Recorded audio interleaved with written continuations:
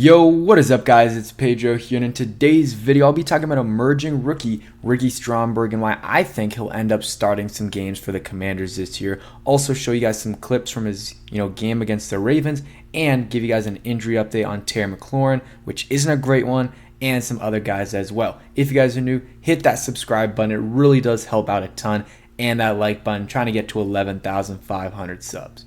So Ricky Stromberg, started off a little bit slow, was working with the fours and then with the threes for a little bit, and he started to get better and better and better. And that's what you expect in a rookie. Unless he's a first round pick, it's a big adjustment going from, college football to the NFL, and Ricky Stromberg has done a really good job lately, has been getting a lot of praise from, coaches, some players as well, and then just, the fans have noticed, and the media as well, showing the film and stuff. So I want to talk about him and the possibility of him starting. Posted this on my Twitter, my bold predictions that Ricky Stromberg will be a starter by week 5. Forgot the why there, don't know why, but he's been slowly climbing his way up the ranks, and he's gonna probably start against the Bengals on, I believe it's Saturday, it might be Sunday, but he'll start this weekend against the Cincinnati Bengals because the Commanders aren't gonna play their starters. Maybe Chris Paul will start on one side and then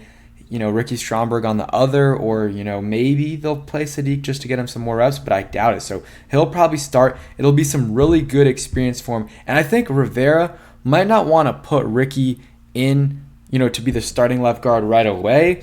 But I think if things happen, whether it's an injury or if it's bad play at, the left guard position, or, if something happens at tackle, because, hopefully it doesn't happen, knock on wood, if Andrew Wiley gets hurt, I guess they can move Cornelius Lucas to right tackle, but then you don't really have a backup tackle, maybe Trent Scott. So then you might have to be, okay, we'll move Cosme to right tackle and then have Ricky Stromberg as the right guard or left guard. It doesn't really matter. But let's go over some of the praise. We'll go into this clip a little bit later. But Rivera today talked to the media, and he says he wants to see a lot from Ricky Stromberg and Quan Martin on Saturday night. Says both will be real contributors this year. Stromberg's emergence at guard has been real helpful. So I honestly, right now, I'm higher on Ricky Stromberg than I am on Quan Martin. I just don't know how much Quan Martin will be able to contribute right away, because, on special teams he'll be able to contribute and he'll probably be good, good at that. On defense though, I just haven't seen it yet from him. He's been working with he's been working with the twos, going up against the twos for the most part, and I just haven't seen, anything crazy. And honestly, I've seen some, not so great plays. Again, that is totally expected. The guy is raw, he's very athletic, and he's a rookie. Things are going to happen like that. I think at some point in this season though, I hope they slowly integrate him into the defense. Maybe if we're beaten, hopefully, if we're, can't underestimate the Cardinals, but if we're, beating them by a decent amount, let's say it's 24-10 with 5 minutes left, 4 minutes left, maybe put him in on a few plays, and if it's a real blowout and the other, other team doesn't have a chance, then you put him in, get him, those reps, and, slowly he'll get better and better to the point where you can play him, whenever you want. That's the ultimate goal. And then next year you have him as a starter. I still have high hopes for Quan Martin. Just haven't, I don't think the tackling's there necessarily, and the coverage as well just yet from what I've seen in the preseason. But it is just the preseason. So, some players play better, in the regular season they do in the preseason, or definitely training camp. We know those training camp stars that end up not doing well in the regular season. But back on to Ricky Stromberg. This is what Rivera said today. He's excelled at both center and guard. Says it's a really, it is really helpful, or it's really helping us clean up decision making. And then Kime says, my 2 cents, if he keeps showing he can play 2 spots, it's possible they go with 9 O-linemen and an extra player elsewhere. Hard to keep active on game day if only as centers. And that's going to be hard. If you think about the 9 O-linemen, they've got 5, which I don't need to name them, or I guess let's say Sadiq is the left guard. Everyone else we know. That's 5. You put in Chris Paul, Ricky Stromberg, that's 7 right there. And then Braden Daniels and Tyler Larson, that's 9. And I forgot Cornelius Lucas, that's 10. I don't see how it can be 9, honestly, unless they cut Tyler Larson. So I kind of disagree with Kime here about, I mean, he's saying it's possible, and I guess it is possible, but I would I find it very difficult for them to, cut Tyler Larson. And if they do, that means they're very, very high on Ricky Stromberg, because then he's going to be the backup center. But, I mean, who else can play center? Like, I mean, if Tyler Larson's cut, like, it's just Ricky. So I don't know. Unless you cut Braden Daniels, who they drafted in the 4th, like, I don't really see how that's possible. So I think 10 linemen is what they're going to keep, because they obviously have to keep Cornelius Lucas. I mean, I guess Sadiq also can play outside or, at tackle if he needs to, but I think 10, they got to keep 10 linemen. But again, Rivera talking about how he's excelled at both spots, so he can play both, and that's, Kime has talked about that a lot. If he's gonna be active on game day, he's gonna be, he's gonna need to play both center and guard, and they've, surely but slowly played him at guard, and he's gotten, better at it, and actually played well at times. So that's something to watch out for. Let's see. Okay, that's injury stuff. We'll get into that in a second. Here is a clip from the Ravens game on Monday night. I actually have not watched this. Shout out to Mark Bullock for this. You guys can see Ricky here at right guard, and hey, does a really, really good job in pass pro. Able to, keep a clean pocket for Brissett. I believe this is another clip, and the O lineman there just got dominated. I mean, not the O lineman, the D lineman there got dominated. We'll go. I'll show you guys one more time, but.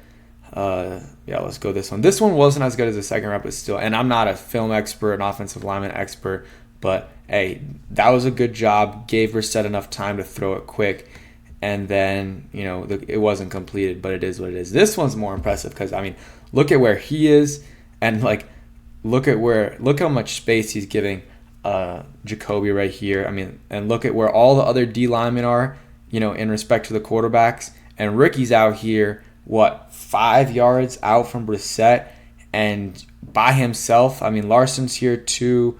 I don't know who that is. I can't see the number. It might be Trent Scott. And then, it was just a really good job right there. Really good job. And, he had a good game. He had a good game for sure. And I'm excited to see what he can do this year. I really think he has a chance to be a contributor this year. And I just want to see him get some reps in. Again, if you just get some reps in, even if he doesn't start, get some reps in so that, okay, he can learn from it in the offseason. And then next year, he's our starting center or he's our starting guard. You drafted him to be a center. He's a center ideally, but Nick Gates is under contract for another year. And if Nick Gates does well this year, you want to keep him as center. He's a fiery guy, the players are going to love to play for him. He's going to, defend his guys. So, maybe next year your O-line is, or maybe at some point this year, it's Leno. Let's say this year, your ideal offensive line at the end of the year. Leno at left tackle, Ricky Stromberg at left guard, Nick Gates at center, Cosme at right guard, and then Wiley at right tackle. But eventually, I think they need to bring in another tackle. Leno, he is what it is. He is who he is. He's okay at times. Sometimes he's below average. Sometimes, he's above average. Last year, the last half of the season was not great for him. He said he was dealing with an injury, or that's what was reported. So maybe that had something to do with it. We'll see. But I think they should probably bring in another offensive lineman next year at tackle. I would say in the first round or two. Especially if Howell looks good, you definitely don't need to draft a quarterback, and you can focus on O-line. So injury updates. Kendall Fuller dealing with the knee soreness, progressing well, according to Kime.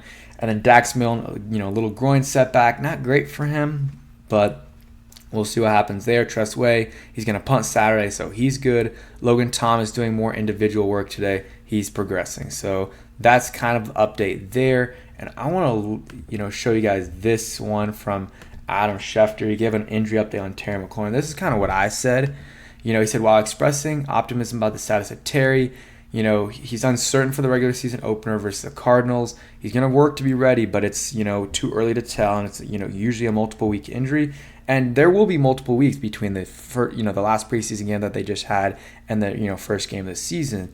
3 weeks kind of. But, I think if he plays best case scenario, he plays and he's like at 90%.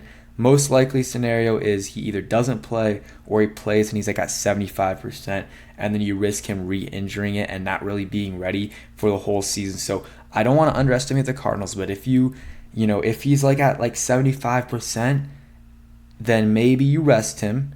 Be like, okay, Jahan, Curtis, Diami, you guys got to step up, especially Diami. And then by the next week, a whole nother week off, and he might be like 92, 93%, and it's just a much better scenario. So that's probably what I would do unless he's good for the game on September 10th, I believe. So that's it for today's video. Hope you guys did enjoy. If you did, hit that like button, subscribe if you guys are new, and peace.